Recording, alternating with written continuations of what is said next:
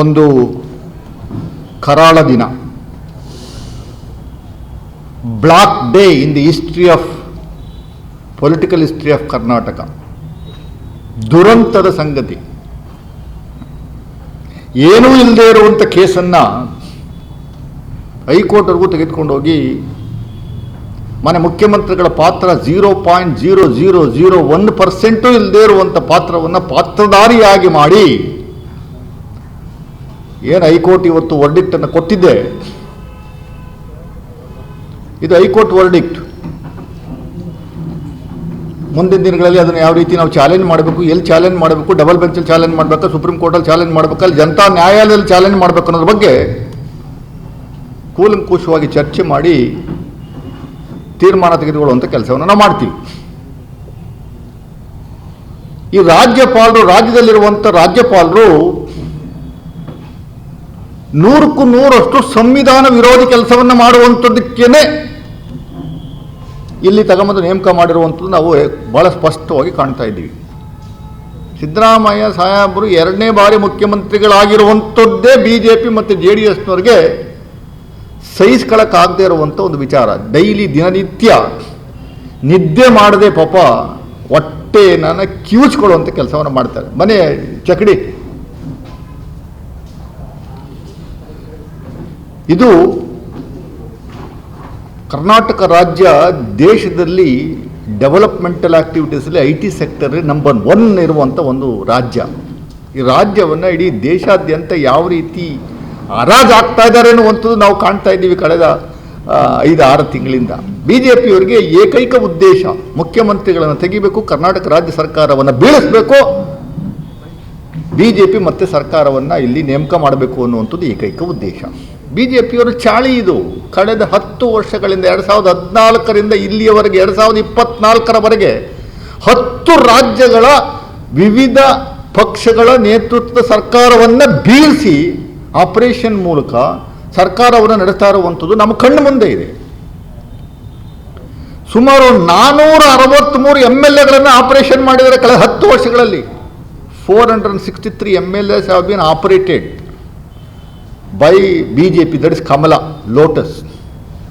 ಅಧಿಕಾರದ ದಾಹ, ಅಧಿಕಾರದ ಮದ, ಅಧಿಕಾರದ ಹುಚ್ಚು BJPಗೆ ಇರುವಂಥದ್ದು ಕಾಣ್ತಾ ಇದ್ದೀವಿ ನಾವು. ತಗೊಂಬರಪ್ಪ ಇಲ್ಲಿ, ಅಲ್ಲೇ ನೋಡ್ತೀಯ ಬಾಯಿ ಕಡೆ. ಇದು ರಾಜ್ಯದಲ್ಲಿ ಆಗ್ತಾ ಇರುವಂಥ ಒಂದು ದೊಡ್ಡ ಅನ್ಯಾಯ. ಒಬ್ಬ ಬ್ಯಾಕ್ವರ್ಡ್ ಲೀಡರ್ ರಾಜ್ಯದ ಜನತೆಗೆ, ಹಿಂದುಳಿದ ವರ್ಗಕ್ಕೆ, ದೀನ ದಲಿತರಿಗೆ, ಅಲ್ಪಸಂಖ್ಯಾತರಿಗೆ, ಅಪ್ಪರ್ ಕಮ್ಯುನಿಟಿಯವರಿಗೆ 5 ಗ್ಯಾರಂಟಿಗಳನ್ನು ಕೊಟ್ಟಂಥ ಶ್ರೇಷ್ಠ ನಾಯಕನನ್ನು ಇವತ್ತು ಪದಚ್ಯುತಿ ಮಾಡಿ ಅವನ್ನ ಕೆಳಗಡೆ ಇಳಿಸಬೇಕು ಅನ್ನುವಂಥದ್ದು ಏಕೈಕ ಹುನ್ನಾರ ರಾಜ್ಯ BJP ಮತ್ತು ಕೇಂದ್ರ BJP, JDS ಮತ್ತು ಗವರ್ನರ್.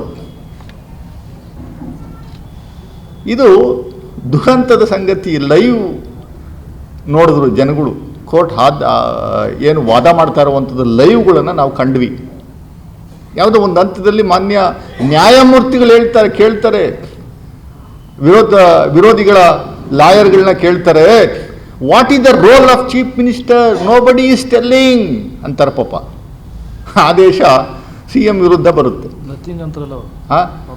ನಥಿಂಗ್ ಅಂತಾರೆ ವಿರೋಧ ಪಕ್ಷ ನಾಯಕರೇ. Nothing, no role at all by chief minister ಅನ್ನುವಂಥದ್ದು ನಾವು ಕಂಡ್ವಿ. ಇರಲಿ ಒಂದು ಕಡೆ, ನಾವು ಹತಾಶರಾಗಲ್ಲ. ಈ ರಾಜ್ಯಪಾಲರನ್ನ ಇಡೀ ತುರ್ತಾಗಿ ಇಮ್ಮಿಡಿಯೇಟ್ ಆಗಿ ರಾಷ್ಟ್ರಪತಿಗಳು ಅವ್ರನ್ನ ವಾಪಸ್ ಕರೆಸ್ಕೊಬೇಕು. ವಾಪಸ್ ಕರೆಸ್ಕೊಳ್ಳಿಲ್ಲ ಅಂದರೆ ಮುಂದಿನ ಅನಾಹುತಗಳಿಗೆ BJPಯವರೇ ಕಾರಣಕರ್ತರಾಗ್ತಾರೆ. ರಾಜ್ಯದ ಅಭಿವೃದ್ಧಿಗೆ ರಾಜ್ಯದ ಅಭಿವೃದ್ಧಿಗೆ ತೊಡಕಾಗಿರುವಂಥ ರಾಜ್ಯಪಾಲರು is openly directly obstructing the regular day-to-day affair of the government. ಪ್ರತಿಯೊಂದು ದಿವಸನೂ ಪ್ರತಿಯೊಂದಕ್ಕೂ ಪತ್ರಗಳನ್ನು ಬರ್ಕೊಂಡು ಏನು ನಡೀತಾ ಇದೆ, ವಿಧಾನಸೌಧಕ್ಕೆ ಎಷ್ಟು ಜನ ಬಂದವರೆ, ಎಷ್ಟು ಜನ ಹೋಗಿದ್ದಾರೆ, ಯಾವ ಮಂತ್ರಿ ಏನು ಮಾತಾಡಿದ್ರು, ಹೆಸರಿ ಬಾತ್ರೂಮ್ಗೆ ಹೋದ್ರು ಅನ್ನುವಂಥದ್ದೆಲ್ಲ ವರದಿಯನ್ನು ಕೇಳುವಂಥ ಒಂದು ವ್ಯವಸ್ಥೆ ನಿರ್ಮಾಣ ಮಾಡ್ಕೊಂಡಿರುವಂಥ ಏಕೈಕ ರಾಜ್ಯಪಾಲ ಇಡೀ ದೇಶದಲ್ಲಿ ಮೊಟ್ಟ ಮೊದಲಿಗೆ ನಾವು ತಾವಲ್ ಚಂದ್ರ ಅವ್ರನ್ನ ಗೆಲೋಟ್ ಅವ್ರನ್ನ ನೋಡ್ತಾ ಇದ್ದೀವಿ. ಇದು ದುರಂತದ ಸಂಗತಿ. Is openly declaring himself that is the agent of BJP and JDS. ದಯಮಾಡಿ ರಾಜ್ಯಪಾಲರಿಗೆ ನಾವೊಂದು ಮನವಿ ಮಾಡ್ಕೊತೀವಿ, ದಯಮಾಡಿ ನೀವು ನಿಮ್ಮ ಕಚೇರಿಯನ್ನು ಮಲ್ಲೇಶ್ವರಂಗೆ ಶಿಫ್ಟ್ ಮಾಡಿ ಡೈರೆಕ್ಟಾಗಿ, ಅಲ್ಲಿಂದ ಪತ್ರ ತಗೊಂಬಂದು ಇಲ್ಲಿ ಸೈನ್ ಮಾಡಿ ತಿರುಗಿ ವಾಪಸ್ ಕಳಿಸಿ ಅಲ್ಲಿಂದ ಬಿಡುಗಡೆ ಮಾಡಿಸುವಂಥದ್ದು ವ್ಯವಸ್ಥೆ ಯಾಕೆ? ನೀವೇ BJP ಕಚೇರಿಯಲ್ಲಿ ಕೂತ್ಕೊಂಡು ಕಾರ್ಯನಿರ್ವಹಿಸಿ ಅನ್ನುವಂಥದ್ದು ನಮ್ಮ ಸ್ಪಷ್ಟ ಸಂದೇಶ.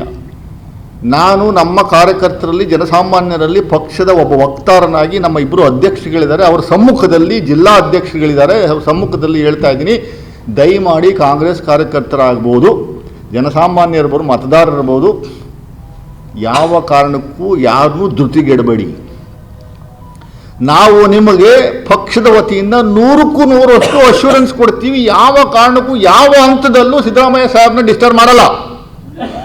ನೀವು ಅದು ಹೆಂಗೆ ಚೇರಿಂದ ಎಳೆದು ಕೆಳಗಡೆ ತಳ್ತೀರ ನೋಡೋಣ. We will also see, let it go to any extent. It all preplan, ಬ್ಯೂಟಿಫುಲ್ಲಾಗಿ ಪ್ಲಾನನ್ನು ನೀವು ಮಾಡಿದ್ರಿ. ಆ ಪ್ಲಾನ್ಗೆ, ಆ ಕುಣಿಕೆ ಎಣೆಯುವಂಥ ಕೆಲಸಕ್ಕೆ ಸಿದ್ದರಾಮಯ್ಯನವರಿಗೆ ತಾತ್ಕಾಲಿಕವಾಗಿ ಸ್ವಲ್ಪ ಹಿನ್ನಡೆ ಆಗಿರ್ಬೋದು ಇವತ್ತು. ಆ ಹಿನ್ನಡೆಗೆ ಮುಂದಿನ ದಿನಗಳಲ್ಲಿ ಸತ್ಯಮೇವೇ ಜಯತೆ, ಸತ್ಯ ಜೈತೆ ಜಯಿಸೇ ಜಯಿಸುತ್ತೆ, ಸತ್ಯ ಜಯಿಸುತ್ತೆ. 100ಕ್ಕೂ 100 ಎಂಟೈರ್ ಕಾಂಗ್ರೆಸ್ ಪಾರ್ಟಿ, 136 ಲೆಜಿಸ್ಲೇಟರ್ಸ್, 9 ಜನ MP ಗಳು, ಇಡೀ ದೇಶಾದ್ಯಂತ ಕಾಂಗ್ರೆಸ್ ಕಾರ್ಯಕರ್ತರು, ಹೈಕಮಾಂಡ್ ಆದಿಯಾಗಿ ಪ್ರತಿಯೊಬ್ಬರು we are going to stand behind mister Siddaramaiah.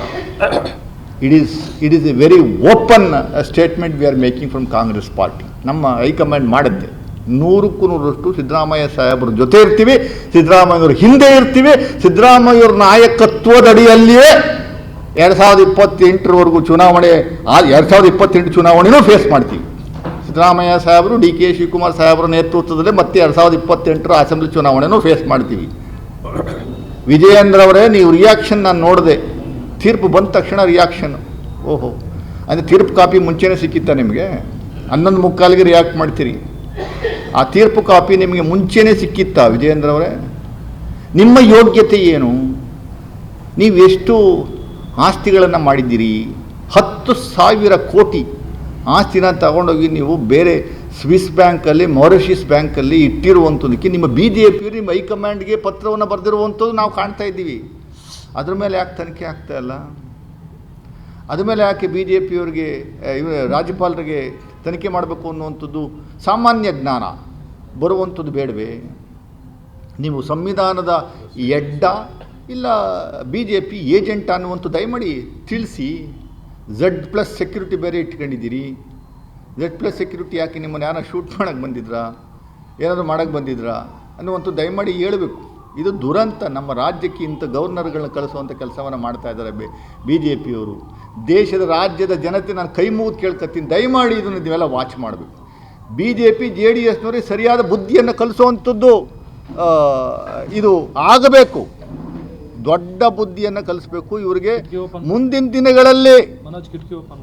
ದಿನಗಳಲ್ಲಿ ಎಲ್ಲ ಚುನಾವಣೆಯಲ್ಲೂ ಇವ್ರನ್ನ ಔಟ್ರೈಟ್ ಸೋಲಿಸುವಂಥ ಕೆಲಸವನ್ನು ಮಾಡಿದ್ರೆ ಮಾತ್ರ ರಾಜ್ಯದ ಅಳಿವು ಉಳಿವು ಪ್ರಶ್ನೆ ಮತ್ತು ನಿಮ್ಮ ಅಳಿವು ಉಳಿವಿನ ಪ್ರಶ್ನೆ.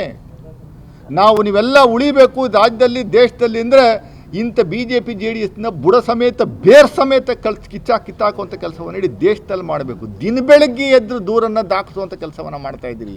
ದಿನ ಬೆಳಗ್ಗೆ ಎದ್ದು ಯಾವುದೋ ಹಳೆ ಕೇಸ್ಗಳಿಗೆಲ್ಲ ಜೀವ ಕೊಡುವಂಥ ಒಂದು ವ್ಯವಸ್ಥೆ ನಿರ್ಮಾಣ ಮಾಡ್ಕೊಂಡಿದ್ರಿ. ಅರ್ಕಾವತಿ ಬಡಾವಣೆ ರೀಡೂಗೆ ಇನ್ನೊಂದು CT ರವಿ ಮೂಲಕ ಪ್ರಾಸಿಕ್ಯೂಷನ್ಗೆ ಅನುಮತಿಯನ್ನು ಕೇಳಿಸುವಂಥ ಕೆಲಸವನ್ನು ಮಾಡ್ತಾಯಿದ್ದೀರಿ. ಅಂದರೆ ಇವರು ಗೆಹ್ಲೋಟ್ ಅವರು ಇನ್ನೊಂದು ಪ್ರಾಸಿಕ್ಯೂಷನ್ಗೆ ಅನುಮತಿ ಕೊಡ್ತಾ ಇದ್ದೀರಾ ನೀವು? ಆ ವರದಿ ವಿಧಾನಸಭೆಯಲ್ಲೂ ಮಂಡನೆ ಆಗಿಲ್ಲ, ಕ್ಯಾಬಿನೆಟ್ಟಲ್ಲೂ ಚರ್ಚೆ ಆಗಿಲ್ಲ, ಅಕ್ಸೆಪ್ಟ್ ಮಾಡಿಲ್ಲ. ರೀಡು ಅನ್ನುವಂಥದ್ದು based on supreme court directions ಆಧಾರದ ಮೇರೆಗೆ ಮಾಡಿರುವಂಥದ್ದು. BJP ಸರ್ಕಾರ 4 ವರ್ಷ ಇತ್ತಲ್ಲ, ಏನು ಮಾಡ್ತಿದ್ರು? ಕಡಲೆಕಾಯಿ ತಿಂತಿದ್ರಾ? ಕಡಲೆಪುರಿ ತಿಂತಿದ್ರಾ? ಇಲ್ಲ ಕತ್ತೆ ಕಾಯ್ತಿದ್ರಾ? ಯಾಕೆ ಮಾಡ್ತಾ ಇಲ್ಲ? ನೀವು ನಿಮ್ಮ ಅನುಕೂಲಕ್ಕೋಸ್ಕರ, ಅನುಕೂಲ ಸಿಂಧುತ್ವಕ್ಕೋಸ್ಕರ ನೀವು ಇಂಥ ಒಂದು ವ್ಯವಸ್ಥೆ ನಿರ್ಮಾಣ ಮಾಡ್ಕೊಂಡಿದ್ದೀರಿ. ನಾನು ನೇರವಾಗಿ ಹೇಳ್ತಾ ಇದ್ದೀನಿ, BJP JDSನವರು 100ಕ್ಕೂ 100ರಷ್ಟು ನಮ್ಮ ಕರ್ನಾಟಕ ರಾಜ್ಯದ ಜನತೆಯ ವಿರುದ್ಧವಾಗಿದ್ದಾರೆ. ವಿರೋಧ ಭಾಸವಾಗಿರುವಂಥ ಮನಸ್ಥಿತಿ ಇರುವಂಥ ಒಂದು ಪಕ್ಷದ ಮುಖಂಡರುಗಳಿದ್ದಾರೆ. ದಯಮಾಡಿ ಹುಷಾರಾಗಿರಬೇಕು. ಗ್ಯಾರಂಟಿಗಳನ್ನು ಕೊಡ್ತಾ ಇರುವಂಥದ್ದು, ಸಕ್ಸಸ್ ಕಾಣ್ತಾ ಇರುವಂಥದ್ದು ಅವ್ರಿಗೆ ಇಷ್ಟ ಇಲ್ಲ. ತುತಾರಾಮ್ ಇಷ್ಟ ಇಲ್ಲ. ಗ್ಯಾರಂಟಿಗಳನ್ನು ನಿಲ್ಲಿಸಬೇಕು ಅಂದರೆ ಸಿದ್ದರಾಮಯ್ಯನವ್ರು ತೆಗಿಬೇಕು ಅನ್ನುವಂಥದ್ದು ಏಕೈಕ ಉದ್ದೇಶ. ನಿಮ್ಮ ಮನೇಲಿ ಬರೆದಿಲ್ಲ, ಸಿದ್ದರಾಮಯ್ಯನವ್ರನ್ನ ಸಿ ಎಮ್ ಕೆಳಗಡೆ ಇಳಿಸುವಂಥದ್ದು ನಿಮ್ಮ ಮನೆಯಲ್ಲಿ ಬರೋದಿಲ್ಲ. ಅದು ನೋಡಿ